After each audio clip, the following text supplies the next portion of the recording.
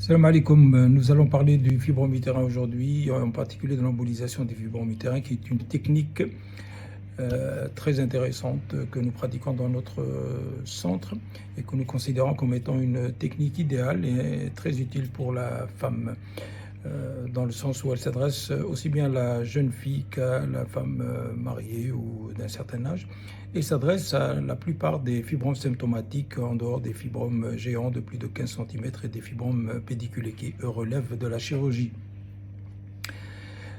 Qui suis-je pour prétendre parler de ce sujet? Je suis médecin radiologue spécialiste en radiologie interventionnelle vasculaire qui a une certaine expérience dans le domaine des vaisseaux et en particulier du traitement des vaisseaux, particulièrement des artères.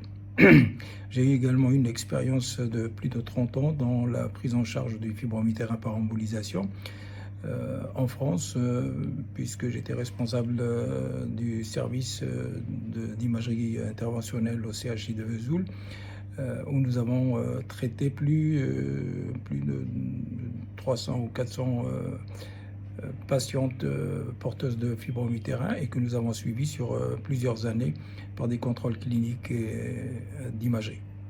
C'est pour vous dire si je sais quelque chose de cette technique. Alors, c'est quoi le fibrome utérin? Le fibrome utérin est une tumeur bénigne très fréquente qui touche plus de 40% de la population féminine en âge de procréer et qui est la plupart du temps asymptomatique, qui n'entraîne aucun signe, la femme ne se plaint de rien, qui involue, qui régresse en général après la ménopause. Donc c'est une tumeur relativement sympa.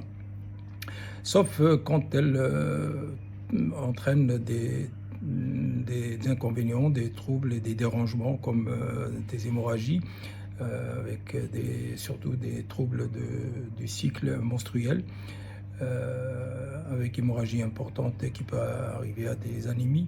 Quoique ici, on sait très bien que le fibrome est souvent associé à la dénomiose qui, elle, est bien connue pour être encline à faire saigner.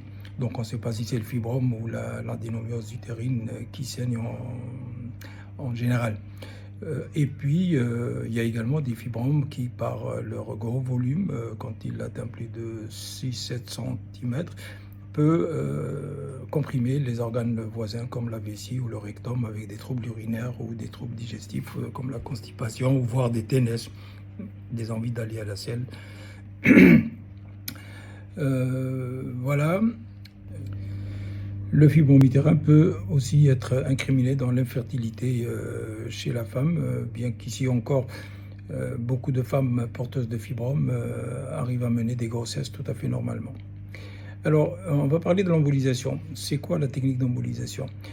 En fait, elle consiste à interrompre les vivres au fibrome en bouchant les artères qui l'alimentent par des moyens non chirurgicaux, c'est-à-dire qu'on pénètre en fait à l'intérieur du réseau artériel, en général par ponction des artères fémorales au pli de l'aine, voire par l'artère radiale au poignet, et on emmène un cathéter, c'est une espèce de petit tube, jusqu'au niveau des artères de l'utérus. Et on perfuse, c'est-à-dire qu'on envoie des particules calibrées en fonction du diamètre des artères constatées sur l'angiographie avant l'embolisation. Donc on envoie ces particules qui vont boucher les artères des fibromes. Alors, à quel niveau on envoie ces particules? En fait, on les envoie au niveau de l'entrée des artères utérines, au niveau de l'utérus lui-même.